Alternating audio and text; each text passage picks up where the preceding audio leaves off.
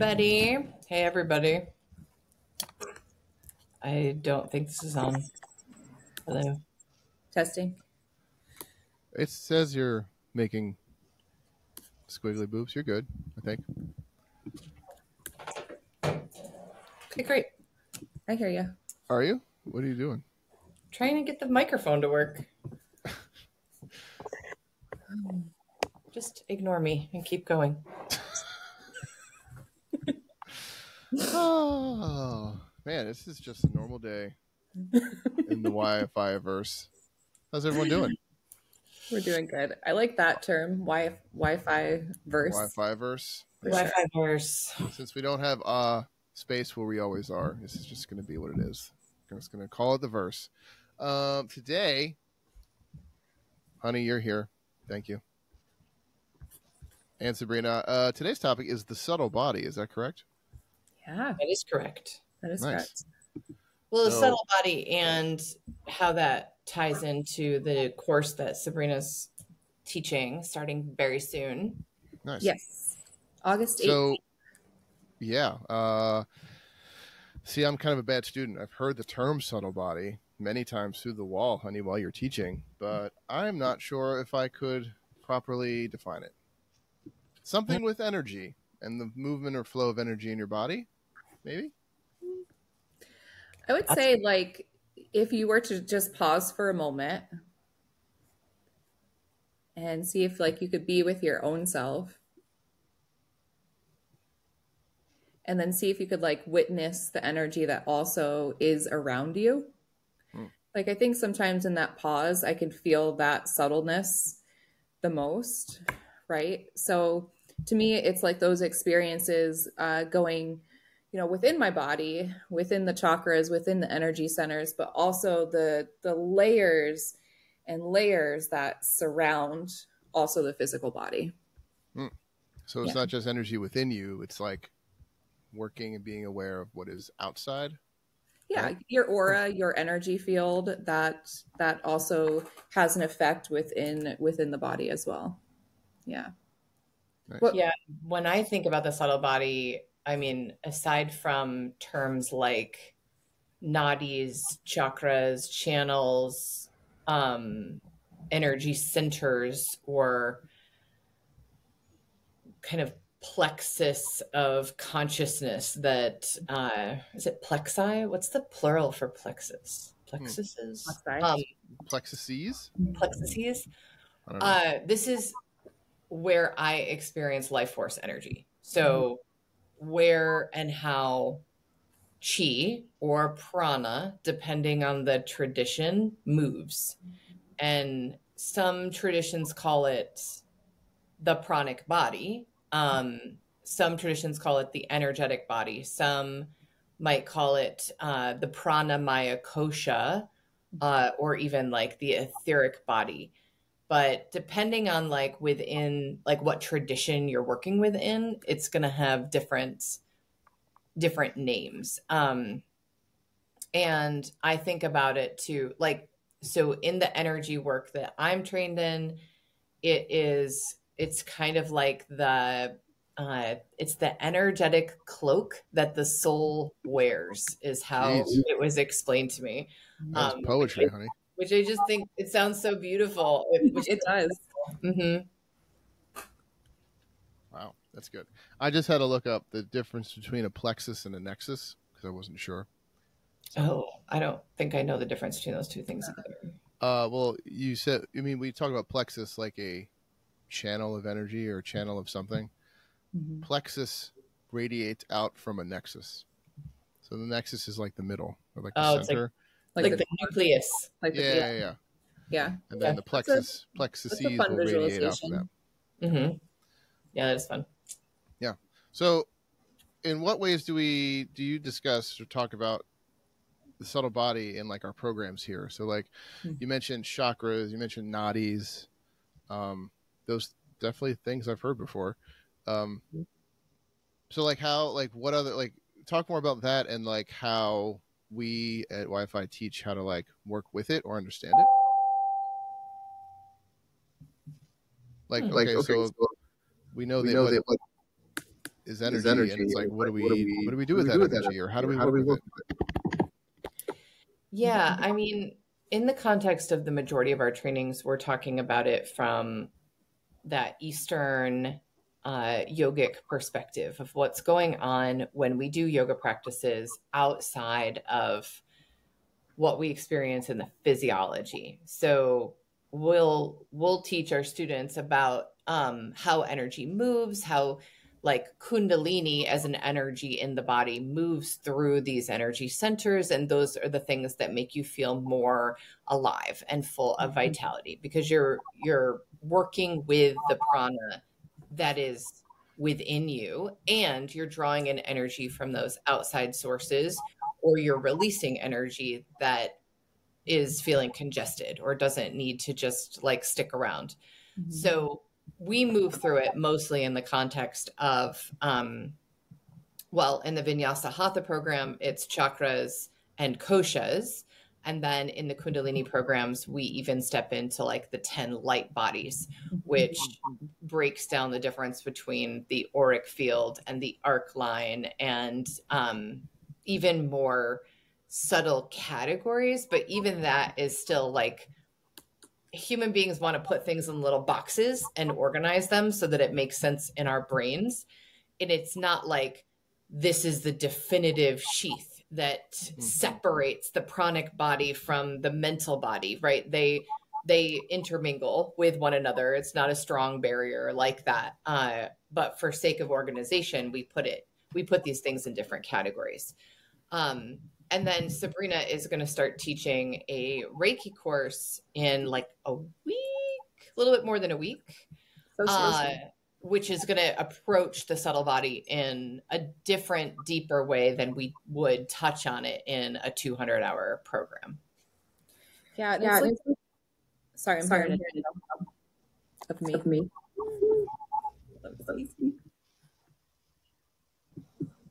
How about now? We don't hear an echo. Okay. I just hear myself twice. Yeah, it's really in those moments of practice for me that brings me just into this place of clarity and just this place of deep love. And of course, like moving through all of the energy centers in the body, I can feel most working with life force energy of where the energy feels stagnant. You know, I can feel if it's in my throat in this moment. And I could just be with that energy, and that inward moving energy and that outward moving energy and that energy that really lives within my own self. I can just be within that and not of the story, you know, the mental body of it, and just let my breath and my prana and that life force energy do its work. I mean, that alone is enough to do the work. So, I mean, I just had a really beautiful experience with Jupiterian sadhana, where I just like really allowed myself to be in that experience. And the energy that I felt was just so loving, and so I just felt it doing the work for me. And I had these little moments where my mid-spine, my mid-thoracic was like vibrating, and these things happen. I might have like a body twitch or a moment of like blissful laughter. That only happens though, one, a container was created, right? A safe container was created. And I'm consistently going back to my root and reminding myself in these experiences that I am safe. Because I think that a lot of times we become like energetically sensitive. Our senses become heightened. You know, the way that we feel the outside world becomes heightened. And what I am really looking forward to with the Reiki course is, you know, for those that are energetically sensitive, for those that are like in empaths, that have that feel, that sense. You know, I wrote a poem a few weeks ago. It was like, all of these senses, how beautiful, but do they paralyze? I wrote for my own self. Asking my own self, do they paralyze you? Right? Or can we ground into them And it's in those moments that I remind myself that I'm safe in this practice and I ground into them, that my intuition comes into play. And to me, like that, in that space of safety is where that healing happens for me. Mhm. Man, hearing you talk about this, I'm just like, I should do more of these practices because that sounds cool. It's pretty cool. It's like just like being aware of, like, so aware of, like you said, feeling or noticing the energy wherever it is in you, right? Like noticing it, either not a blockage, but like maybe it's sluggish in certain places. And I'm just like, I should do this more because I don't know how often people, I mean, I'll speak for myself, like walk around and like are consciously aware or think about it, and like how that can affect my interactions, like with anyone. Like, I don't know, if I was more aware of like, oh, I'm feeling like a little sluggish in my throat today, how would that affect how I talk to you, honey? And like, how am I more aware of that? Mhm. And I just think like, I don't know, it just sounds really cool. And then I'm like, why don't, and this is a different question, but it's like, I'm thinking of my immediate friends, my male friends. I'm like, why don't we do this more? This sounds awesome. We should be more like, why doesn't everyone like really want to do these practices enough? Because it seems like such a great self-awareness tool. And I mean, moving the energy alone, and honey, we were even talking about this earlier, just like the effect that can have moving energy through you in any and all types of like recovery, you know? Oh, totally. I mean, and I think that there is, again, this is my opinion, but I think that there is kind of like a trifecta of healing that can happen. One being that there's the step of verbally processing something that has gone on in your life and being able to digest that and break it down and speak it. In the field of healing trauma, naming it to tame it is one of the steps, but people often stop there in the naming it to tame it. And then occasionally people will understand that like there's something that feels intense or what's the right word? Like it feels just kind of like buzzing under the surface of like an agitation or a frustration or just not feeling good or feeling well. And they might recognize like, oh, like I haven't moved my body in a little bit. So I need to move my body. And that will also support the healing and the changing of the energy. And then there's this next step, which both Sabrina and I do in different lineages around energy healing. And that's when you have the support of someone else who is using just the universal field, however you're going to name that within a specific tradition, the universal field of energy and consciousness, to support that energetic clearing and to clear up. The way that I experience it is like dense energy in the body, or what do we call it? Congested energy in a chakra, for example. Like when I come into that space to work with somebody, I'm not changing their energy. I'm kind of like a traffic cop. I'm like crossing guard. I'm standing in the middle of a traffic jam because there's been like an accident, right? And I'm just directing the traffic on where to go. I'm like, so you guys need to go over there, you guys need to go over there, you guys need to go over there, to start to support the movement of energy that is just kind of collected around an accident that has happened on the energetic highway or a nadi in the body.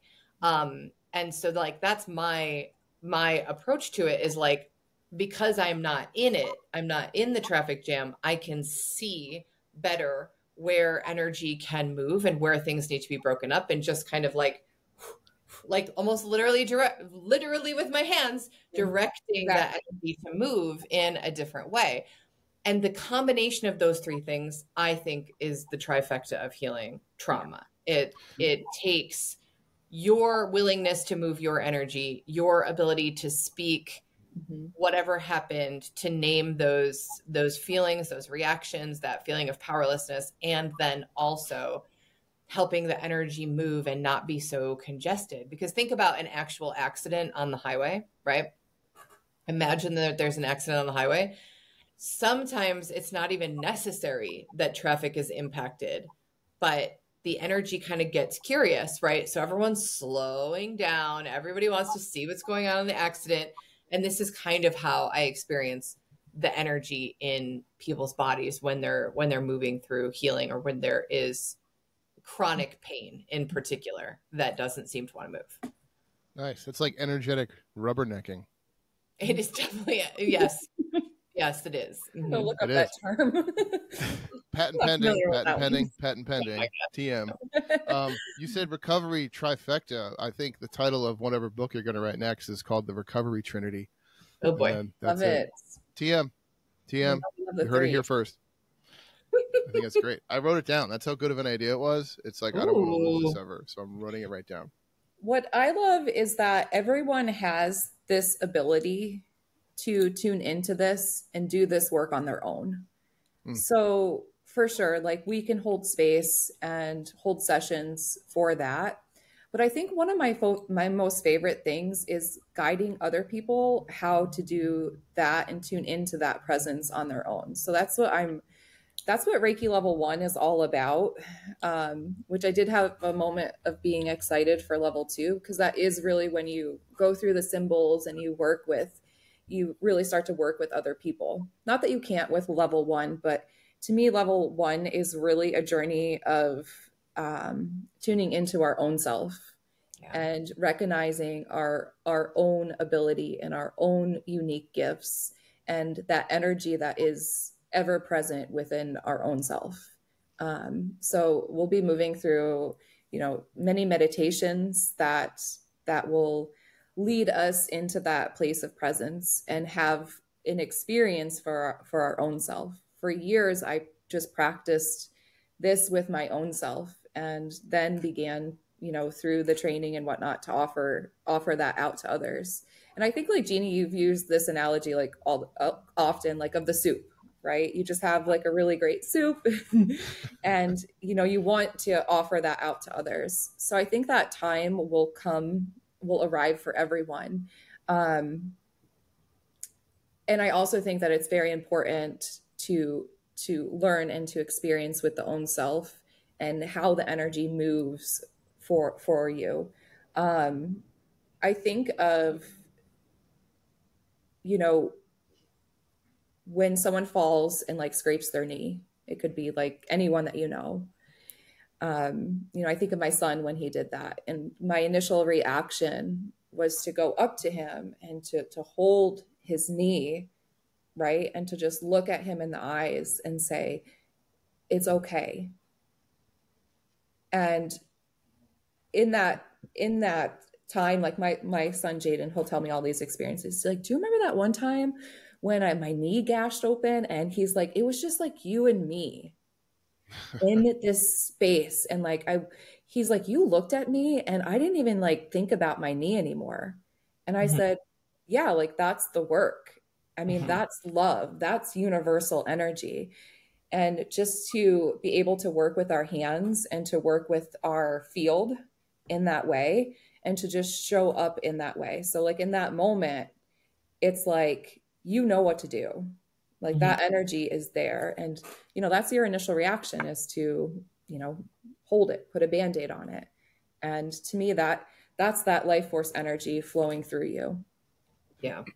Yeah. And I love that point, because it really mirrors what we teach in our other programs. It's like, learn the Kundalini, but are you doing it for yourself first? Like, are you experiencing the practices for yourself, having like a relationship with that, and then from that place offering it out to other people?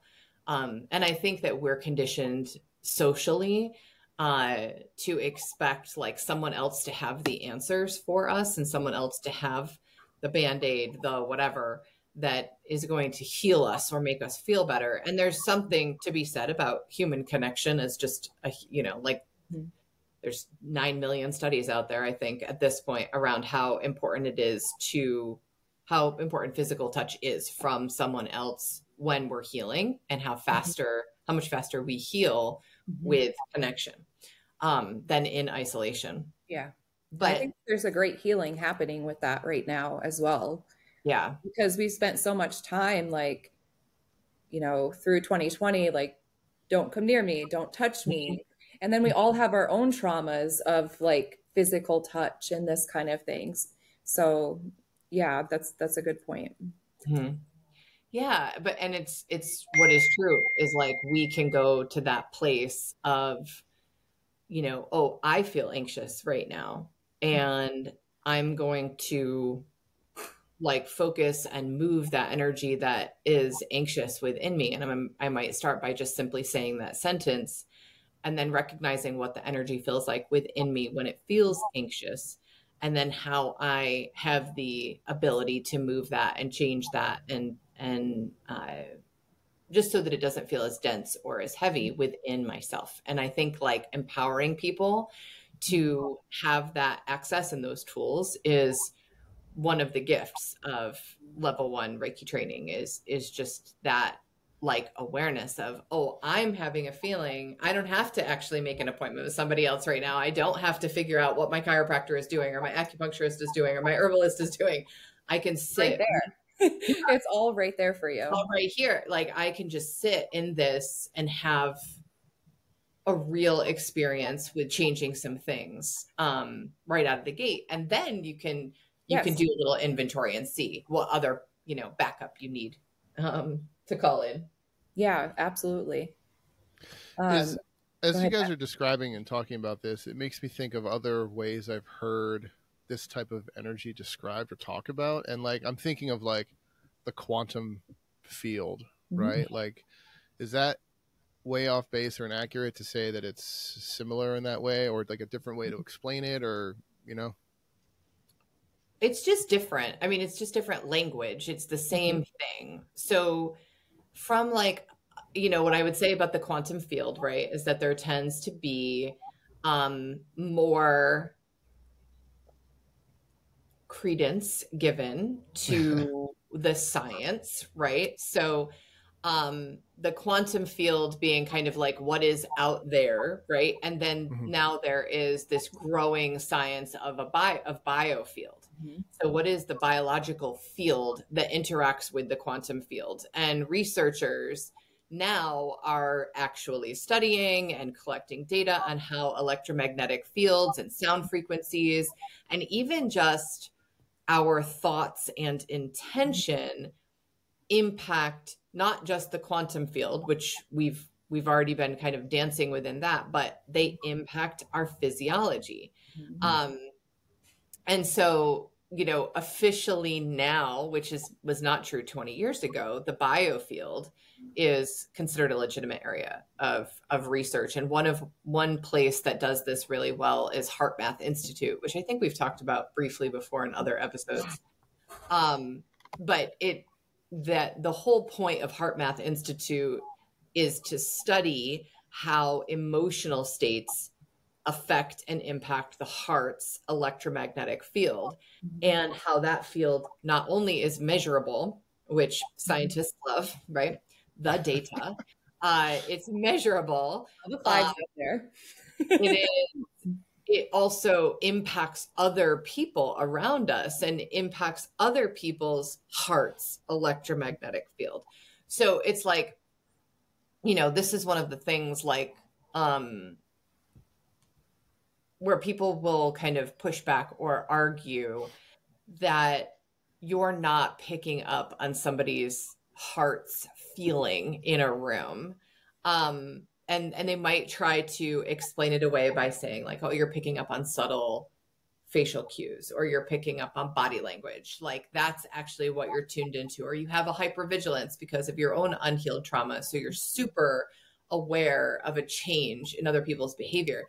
But the truth of the matter is like, they're now finally studying these things. And so the quantum field and the biofield, it's just kind of like the macrocosm is the microcosm, and they're understanding that we have all of this contained within ourselves too, and that also is measurable, trackable in a way that makes the science world very happy. You know, because I love the science world. I mean, I love it so much. And you know, you even see things where they do testing with water drops and they're speaking kind words to water drops and they make these beautiful shapes. I mean, no one else is doing that. It's just happening. And then you speak the opposite, you know, unkindness into these things and then you start to see how that vibration has an effect on whatever that case study is. I mean, Yeah, so wasn't it like they spoke into water and then they froze it, and then yeah. like the shape and the pattern was aesthetically more beautiful if you spoke kind words as opposed to Yeah. were mean to the water. Yeah, it's. Yeah. I mean, the mean, more I read Plant- about, with plants. plants, like living in households, right? So like if the household itself has like intense kind of stressed, frustrated energy in it, the plants are not going to thrive in the way that if the environment is different and if the plants are hearing different language, you know. I love it so much. I have all these plants at home. They're really Blair's plants, but you know, I talk to them. I talk to the plants and I'm like, let's see if you can grow a new leaf. Do you know? And then lo and behold, the universe happens and this new leaf is growing. And other things that I do that are just kind of out there. I'll go outside. Grounding is very important to me. Otherwise, I will float away. We know this. We all know this. I will go outside, and the tree branch will be here, and I'll be, "Good morning, good morning. Can you kiss my cheek?" And you know, the wind starts to gust up, and it's waving on my cheek, and you know, I don't know what that is behind it, but I'm present to the magic of it. I tune into that, and that doesn't happen those times when I have all of this internal stuff happening, and all of this is really heavy and hazy. So my practice, it's important for me multiple times to just pause. You know, talk to trees, man. I'm telling you, I've read and seen videos of people like, no, talk to trees. Trees, like, I mean, I saw one. Maybe this is not a good example because it's like using our powers for evil and not good. But if someone has wronged you, tell the trees. They'll sort it out. They'll figure it out. They'll write it. I'm gonna let them do the work. I tell the crows more than the trees at this point. Oh yeah. That's actually a good point to bring up, Matt. I read something the other day where it was just to that point. You know, speaking to other people, you know, also could have the potential to bring in that vibration of now I'm talking to you about this person and this is happening. And that's exactly what they said at the end. They're like, however, if you just go out and talk to Mother Nature, then all of that, you know, so there is something to that. And I understand that for some out there like this, all of this, you know, might sound pretty far out there. And I mean, I totally understand it. And it's also my practice. So I'm here for it. I mean, I decided, honey, you know of my upbringing and you know how we met and what I was like. And I just decided, I think this was like 2022, where I'm like, I'm just going to take deep dives into what past me would have considered weird shit. You know what I mean? Just things that I wouldn't, practices, theories, ideas that I wouldn't. And it's just, one of them is like talking to trees. And I'm like, I'm into this. I'm going to give this a shot. Also, I don't know, honey, if you noticed, why there's one of our Adirondack chairs by where the dogs go down into the river, the creek. Like I took a chair and I actually meditated with my feet in the water because I read something about like meditating near water or in water and like water having memory and stuff like that. So that's why that chair is there, if you were wondering. Amazing. So I never moved it back to the fire pit. Here, she's going down and doing the same thing while you're not in the chair.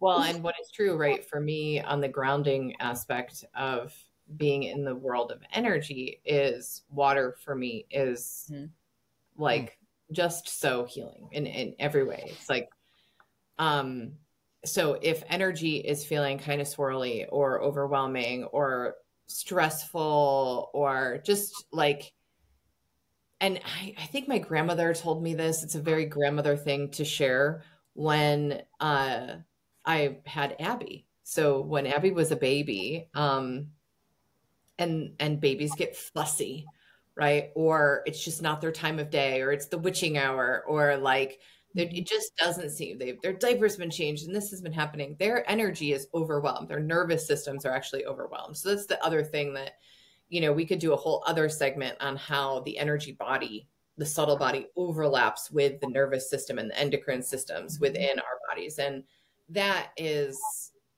like, that's really where the science and the physiology meets the woo. And I say woo with absolute love and appreciation and respect and gratitude. But putting a baby in water, whether it's a pool, a bath, even just like washing their hands, will change their energy. So if, you know, and when energy is getting kicked up and I'm feeling that overwhelm, I can grab the Adirondack chair and put it in the middle of the creek in our backyard. And I'm imagining that not only am I grounding down through my feet, but anything that is feeling stressful is coming out of my feet and being washed down with the current. That said, that Adirondack chair almost got swept away when Oh my goodness. forgot to bring it in from the creek, and then it rained a lot, and I was like, "Oh my god, the chair is going to be floating in the Owasco River." I love that you have a water source by your house, and I think that's true for everyone. Everyone, throughout the course, I invite you to find, and you will, through the openness of it, of how it is that you connect to nature, how it is that you connect to Mother Earth. And, you know, I always said, like, as we heal, Earth heals, and as Earth heals, we heal. And to me, all of it comes down. I know I keep saying the word presence, but to me, presence is really a felt experience. And to me, there are different layers of presence. I remember, I felt called to stop to this person's shop that I only met them a few times, and their cat passed away, and this cat was everything to them. And my guides were just like, just stop and say hi. He owned like a little I don't know what it was, but anyway, I stopped in and we both kind of looked at each other and we stood there. And we were just like in this presence, and we just looked at each other, and it was like communicating without any words. So I think part of it is like feeling grounded enough to be present to what is and what all that is. And then also being open enough to, if you would like to explore that, because I believe like that's where intuition comes into play. That's where some of these magical encounters come to play. But when we're moving throughout our day with a sense of urgency all of the time, it can be, all of that can be missed, you know? Like, yeah, as you're talking, Sabrina, I'm just reflecting on like the dual nature of kind of these ideas where we would, you know, honey, you said like woo woo or kind of out there and like energy moving and being aware of what the energy is, but it also requires a level of grounding and like being very centered and practical, I guess, or like, you know, to be able to explore these different ideas, right? So like, and again, I'm thinking of like, it's such a cool way to look at how to approach, I guess, yourself, your energy, and how you interact. Because I'm thinking of like, what would I do on a day where like, oh, I'd like to move my body, or like I'm feeling congested energetically. It's like, oh, maybe I go to the driving range, or maybe I go for a walk. But like, those are great. But now I'm just intrigued about like, well, what other things could I do that I've never heard of? Right. But it could just be that, Matt. It could just be that. I love those ideas. Awareness around it of like what actually is. It's, to me, it's acknowledgement and like the belief. Like Jeannie says, like to believe that these encounters are really happening. To believe that when you put your feet in the water, that it's really, you know, the universe is really working for you. Otherwise, like you're just someone putting your feet in the water. Like, yeah, I'm just always appreciative of like recognizing ways I kind of engage in these practices without knowing, right? Like exactly. But also excited to like be exposed to like, oh well, maybe try this other type of practice that's similar to moving energy like you're used to, Mhm. but you've never done it before. Or like, here's a grounding practice where normally you would like just drive and listen to music, but do this, try this, because this is also a different way to do that thing. And I think Mhm. that's one reason like a course like this is so cool, because it kind of not only validates what people can already do that they're doing to balance these energies and work with them, but also be like, well, here's a way you've never heard of. That's Yeah. also And it's cool, like, well, spirit and source, whatever you connect with, spirit, source, the divine, God, love, all of that like lives within us. And to me, like when I'm able to be and to tune into that, it's like, oh, that's what I am.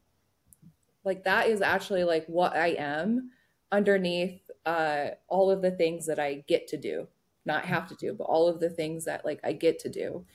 So it definitely makes me helps me to be more present and be able to be within gratitude, and the challenging times that pass by, they're challenging times that I learn from, and that I grow from.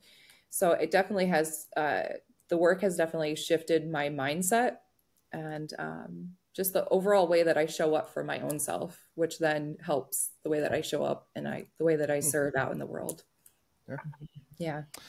Honey, you mentioned like science catching up to the woo woo, or science like, Mhm.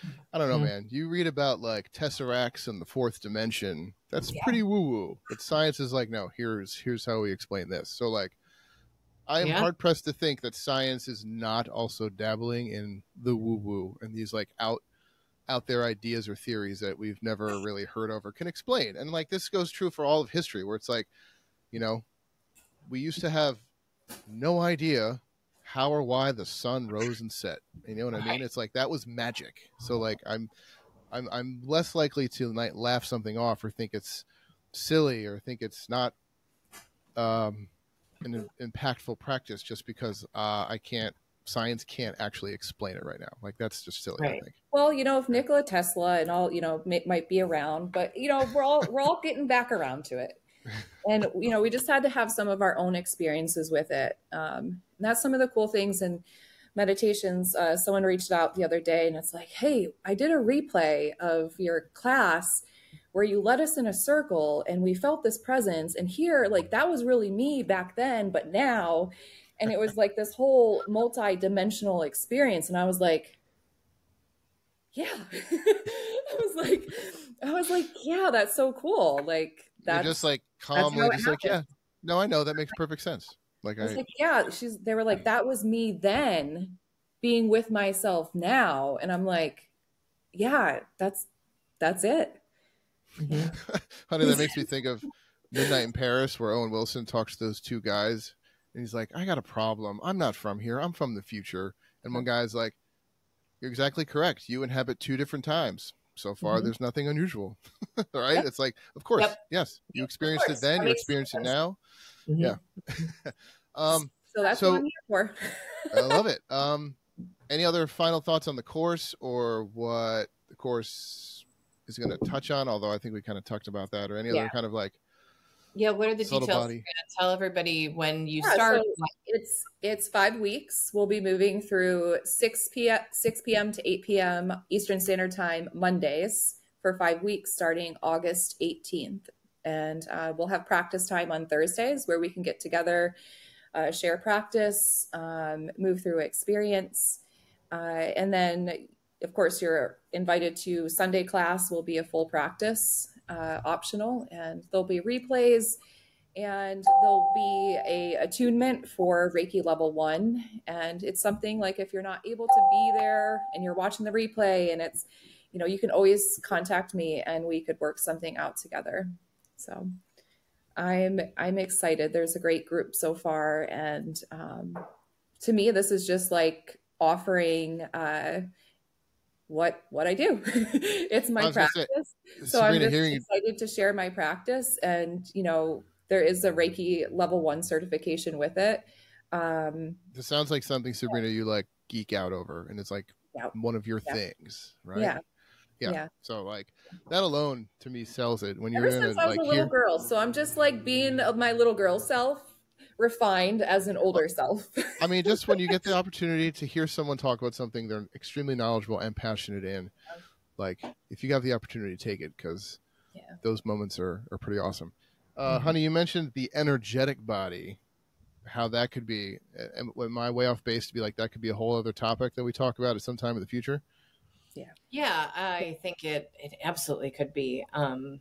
You know, we have a textbook that we use called Enlightened Bodies, and I think it would be fun to just talk through like why we chose this text and what it helps to break down and understand between these things that are not actually separate at all, and how different I think our experiences of ourselves would be if we approached our vehicle as you know, very multidimensional in the sense that there's the physical and the energetic and the emotional, and yet they do all interplay and overlap with one another. And it's not this separate science compared to or versus this other separate science. It all dances really well together. I will also say that I'm so excited to move from this very short course, into our fall semester. I'm kind of geeking out about that and the new experience that we'll get to be had from that through this too. Nice. Yeah. Awesome. All right. Bye. Thanks guys. Thanks everyone. Friends. Reiki Level 1 happening in about a couple week or so. Yeah. 10 days. For that, because that sounds 10 days. 10 days. Awesome. Yeah. So for the Subtle Body and the Wi-Fi Pod, this is Matt. This is Jeannie. This is Sabrina. Thanks everyone. Okay, bye. Bye, friends.